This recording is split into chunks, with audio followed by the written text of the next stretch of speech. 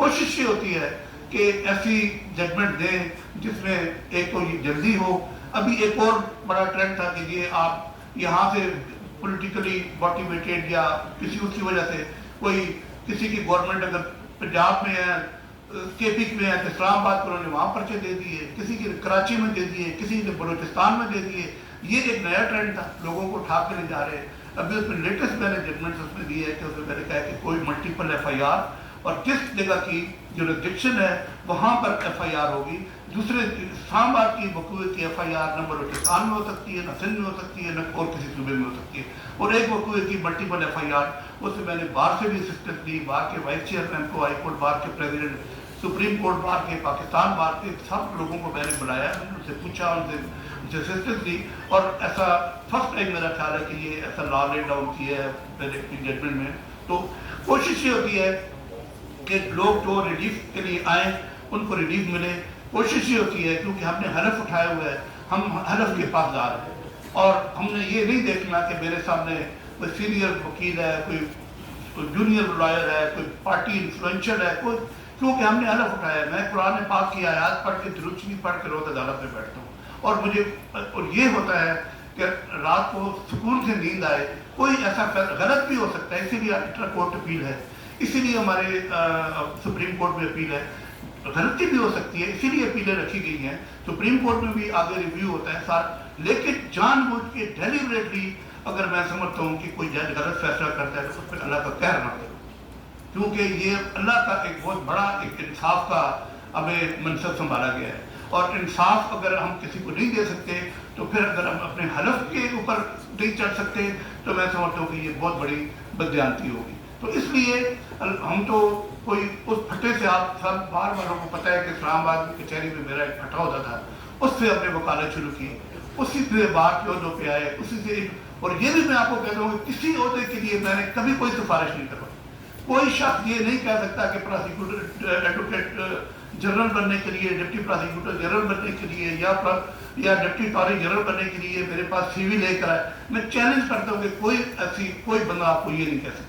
और अल्लाह ताला ने, वही मैं आपको कहता हूँ कि मेरा ईमान है कि जब आपकी नीयत ठीक हो, ईमानदारी मेहनत से आप चले, अल्लाह ताला का ये एक उसूल है, अल्लाह ताला और मेरे नबी का फरमान है कि अल्लाह ताला आपके लिए रास्ते खुद खोलता है। आपको सोच समझ ही नहीं आती। शुरू में बैठते थे सारा दिन, वकील केस ही नहीं आता था, कहते थे यार तो कभी केस भी आएगा। वकीलों को देखते थे, इस तरह जाते थे और कहते थे यार कि हमारे पास भी FIR है। अल्लाह ताला ने किया नहीं, बैठे एक दिन FIR आई, फिर दूसरी आई, फिर तीसरी केसेस आए। ये बार में मेरे जो एसोसिएट 30-40 केस पर डे मेरे पास होते थे और एसोसिएट कहते थे कि मैं उनके साथ उनको मैं कहता था यार मेरे साथ मत जाओ कि लोगों को कहीं कोई जेलसी होती। तो अल्लाह ताला ने उससे मुझे अगर इस मुकाम पर पहुँचाया है तो मेरा ईमान है कि अपने हलफ के मुताबिक हमें, मुझे नहीं, हर जज को अपने हलफ के मुताबिक फैसला करना चाहिए। और लोगों को जो इंसाफ की जिस कुर्सी पर हम बैठे हुए, अदल की कुर्सी पे बैठे हुए हैं, क्योंकि जब अपना इंसाफ ही करेंगे तो मैं, क्योंकि तमाम अदालतों से सबसे बड़ी अदालत अल्लाह की अदालत है और मेरा ईमान है कि अल्लाह ताला का इंसाफ ज़रूर होता है। और मैं उस पर कई मिसालें आपको दे सकता हूँ कि जिसपे दुनिया की अदालत ने इंसाफ नहीं किया। अगर दुनिया की में किसी बंदे को इंसाफ नहीं मिला तो अल्लाह ताला ने उसके साथ ज़रूर इंसाफ किया है। एक डेकोरम होता है। मैं ऑनेस्टली आपको कहता हूँ कि जब हमने वकालत की तो हाई कोर्ट के हमारे इस्लामाबाद हाई कोर्ट नहीं थी, पिट्टी बेंच में जाते थे तो रात को नींद नहीं आती थी। क्या पता नहीं क्या बात पूछ बैठेंगे जज साहब। और ऐसा क्वेश्चन है कि फॉर एग्जाम्पल आपने क्या section 49C of CD ordinance, तो जज साहब आपसे पूछेंगे CD ऑर्डिनेंस कब प्रोमलगेट हुआ, when it was promulgated, what is the date of ordinance. इस तरह की बातें पूछ रहे थे जो कि हमारे ज़हन में नहीं होती थी। तो डर के मारे हम इतनी ऐसी चीज़ें पढ़ के जाते थे कि शायद कोई ऐसी बात न पूछ ले कि जो ना आती हो। तो मैं पहले भी कहा है कि डिस्ट्रिक्ट बार में भी कि स्टेप नंबर 1 ये है कि हर लॉयर के पास एक ब्रीफ बनाए। यहाँ डेट पूछे, डेट ऑफ जजमेंट पूछे, डेट ऑफ डिग्री, 5 मिनट लगते हैं वो फाइल के सफ़े ऊपर नीचे करने। ये चीज़ें तो आपके पास ब्रीफ में होनी चाहिए। जजमेंट देते हैं, कई लोग जजमेंट पकड़ा के चले जाएंगे। हम चैम्बर में हमारे जजमेंट का ढेर लगा होता है। किसी पे कई दफ़ा ऐसा होता है कि जजमेंट के ऊपर फ्रंट पेज सीधा है, दूसरा पेज उल्टा स्टेपल हुआ, वो बस मुंशी को दे दिया, मुंशी ने फोटो स्टेट वाले से करवा के जमा करवा। اب یہ بھی ایک طریقہ تو یہ ہے کہ ججمنٹ ہی نہیں دی, 80% تو ججمنٹ ہی نہیں دیتے, جو دیتے ہیں کچھ میں سے یہ طریقہ ہے. ایک تو یہ ہے کہ جی سیدھے اسٹیپ ہے, چلو ایک اسٹیپ اچھا کر دیا. ایک طریقہ یہ ہے کہ انہوں نے اوپر ٹائٹل لکھ دیا, اب ہمیں اندر پتہ ہی نہیں ہوتا چیمبر میں کہ یہ کس کیس میں کس کی طرف سے ججمنٹ ہے, وہ مکس ہو جاتی ہے. اور انہوں نے ٹائٹل لکھ دیا. پھر کوئی اور زیادہ محنتی وکیل ہے تو ٹائٹل کے ساتھ من جانب بھی لکھ دیا کہ عنوان کیا ہے, شبیر بنام وقار ہے, جو من جانب شبیر کی طرف سے یا وقار کی طرف سے, یہ مہربانی یہ لکھتی. جو اس سے محنتی ہیں, جو اس سے ذرا اچھی کلاس ہے, وہ اس کو ہائی لائٹ کر دیتے ہیں. اس سے اچھی کلاس ایک فولڈر بنا دیتے ہیں. اس سے اچھی کلاس ہے اس کی بائنڈنگ کرا دیتے ہیں. بائنڈنگ کرا کے اس کے اوپر انڈیکس لگا دیتے ہیں. وہ انڈیکس والی ججمنٹ آتی ہے, اس کے اوپر پیج مارکنگ ہوتی ہے, اس کے اوپر فلیگ لگے ہوتے ہیں. وہ ہم باقی کیسز کے لیے بھی رکھ لیتے ہیں کہ چلو اس طرح کی پروپوزیشن آئے گی تو یہ ججمنٹ ہم ادھر بھی یوز کریں گے. تو ایک کام کرنے کے, اس لا کے جو کیس کو آپ نے ہینڈل کرنے کے یہ سارے طریقے ہیں. ایک طریقہ یہ ہے کہ بک بھی نہیں, اور ایک طریقہ یہ ہے کہ آپ اس طریقے سے ججمنٹ پیش کر رہے ہیں. آپ وہ اس کے ریلیونٹ پورشن جو ہے ہائی لائٹ کر کے, تو جتنی بھی آپ کو ججز کو آپ اچھی اسسٹنس دیں گے, اچھی طریقے سے کام کریں گے, تو ہمیں اچھا فیصلہ دکھانے میں مدد ملے گی. اور ہمیں وہ خوشی ہوتی ہے کہ جو لائر اسسٹ کرتے ہیں, ہمیں چاہے وہ ریلیف ملے یا نہ ملے, دل سے خوشی ہوتی ہے کہ یار یہ بتا لائر نے اس کا کیس تو نہیں اس کا ریلیف ملا اس کو, لیکن ویل پریپیئرڈ ہے. نیکسٹ کیس میں جب وہ آتا ہے تو ویسے ہی آپ کی اس کے ساتھ سمپتھیز ہو جاتی ہے. تو یہ بیسک چیزیں ہیں, پریپریشن آف کیسز, ہمبلنس. کئی دفعہ ہوتا ہے ریلیف نہیں ملتا, کئی لائر غصے میں آ جاتے ہیں, کئی لائر بڑے اچھے نشچت طریقے سے جاتے ہیں. تو یہ ساری چیزیں, ایک جج بھی ایک ہیومن بینگ ہے, اور میں سمجھتا ہوں کہ جیسے میں تو اپنی وکالت میں بھی پریپیئرڈ تھا, بغیر ججمنٹ کے کبھی بھی نہیں پیش. ایک دفعہ میرے ریلیف ملے یا نہ ملے, ریلیز فادر, ہمارا کام بڑا مشکل کام ہے. ہم نے ایز اے وکیل, ہم ایک پارٹی کے ساتھ ہے, پارٹی کو ہم نے بیل کروانی ہے, ہم نے بیل کا سارا لا دیکھنا ہے, بری کروانا ہے, سزا کروانی ہے, کمپلیننٹ کی طرف سے ڈیتھ. اب ادھر جب ہم بیٹھتے ہیں ایز اے جج, تو ہم نے دونوں چیزوں کو دیکھنا ہے.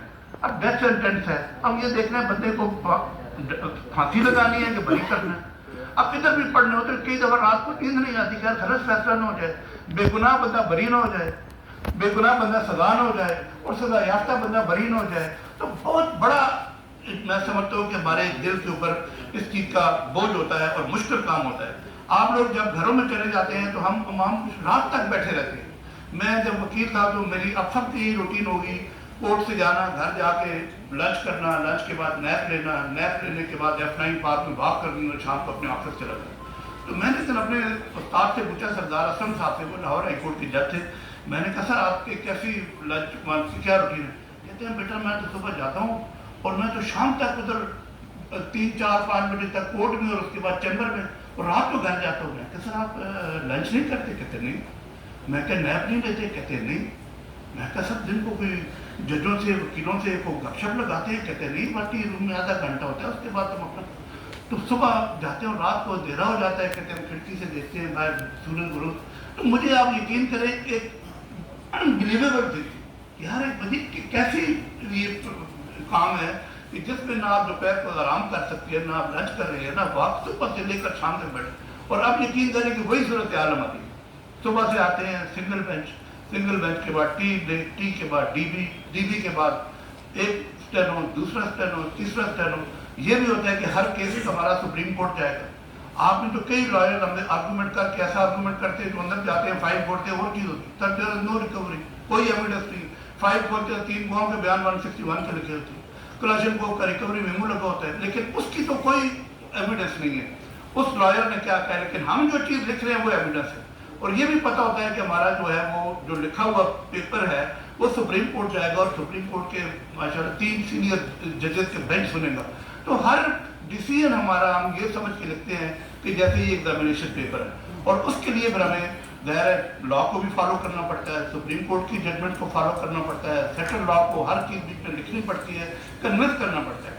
کرائیں ججمنٹ دے کر آئیں, اور جب پیش ہو تو ہمیں مزہ آئے کہ اچھی لائر نے اچھی کی ہے. پھر بھی اگر تمہارے کسی بیہیویئر سے, ایٹیٹیوڈ سے آپ سمجھتے ہیں کہ کسی لائر کی دل آزاری ہوئی ہے, تو آپ بار کے عہدیدار ہیں, آ کے پوائنٹ آؤٹ کر سکتے ہیں. ہم بھی اسٹریس بھی ہوتے ہیں.